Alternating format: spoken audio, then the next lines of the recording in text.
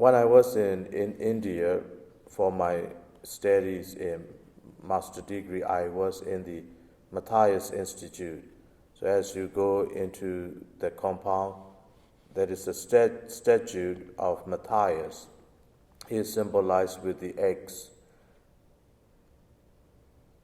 There are a lot of different historical accounts about where he served and who he was.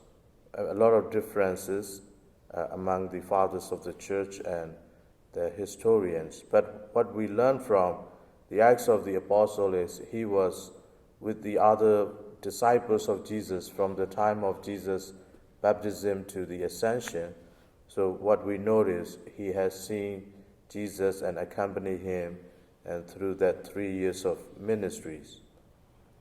So according to the Greek tradition, he planted the faith around Cappadocia, and in Greek it is called Cappadocia. It is a Turkish place and on the coast of Caspian Sea. But others also believe in different places that he planted. He was in Judea first, and also he died in Judea according to Saint Clement.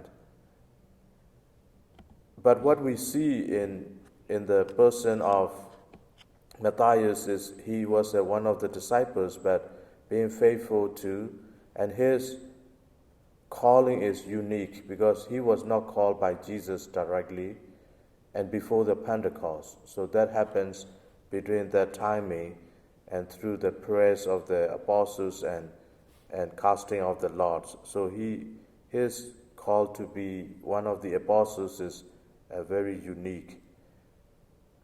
One thing that we see in the Last Supper's discourse from chapter 13 to chapter 17 of St. John's Gospel, there are so many themes, and one of them is friendship. So today we see that, somehow this translation said, I no longer call you slaves, as though Jesus called his disciples slaves. Actually, in other translation, I no longer call you my servants. So servants and slaves are kind of a different overtone, but here the translation that we have for liturgy is, I no longer call you slaves, but I call you friends. So the theme of friendship we see at the Last Supper, and we see in the person of Matthias, because Matthias was among the friends of Jesus, the disciples, but now he is revealed with everything that the apostles were revealed, and he shared their faith, and he was numbered among them. The theme of friendship is there, and that is what we as Christians strive for. Our worship of God through the liturgy, through our Christian lives, is deepening our friendship with God through prayers and deepening our intimacy with Jesus Christ through prayers. And one of these days, if you were following international news, Cardinal Zhang in Hong Kong is arrested, and the main accusation of the Chinese government is he is managing the fund to support the Christians who are being falsely accused and arrested. So for the legal charges and all the expenses for the court and so on, for the lawyers, he is supporting that.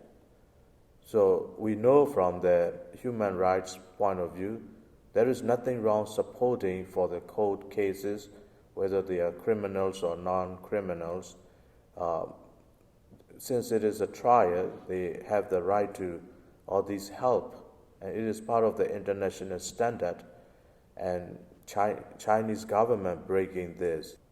The challenge is on Pope Francis. What are you going to do? Are you going to call communist government as your friend, or are you going to defend one of your princes. So that is a great challenge right now. I have not seen any statements from Vatican or anything, but I just got an email from the president of FABC, the Federation of Bishops in Southeast Asia. I got his statement that he is standing for Cardinal Zan, and actually the church he has asked the church last year.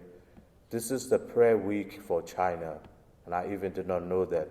So May 24th is the Mary Helper Christian Feast Day, and he said in his letter last year he has asked not to wait till May 24th, but the whole week to pray for the persecuted church and particularly for China.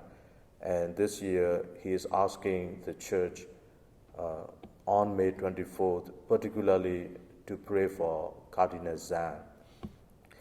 So we see that the gospel challenging us a theme of friendship. We make friends, but God should be our first friends, because we see in the person of Enoch, God walked with Enoch and he was pleased with him and he took him to heaven.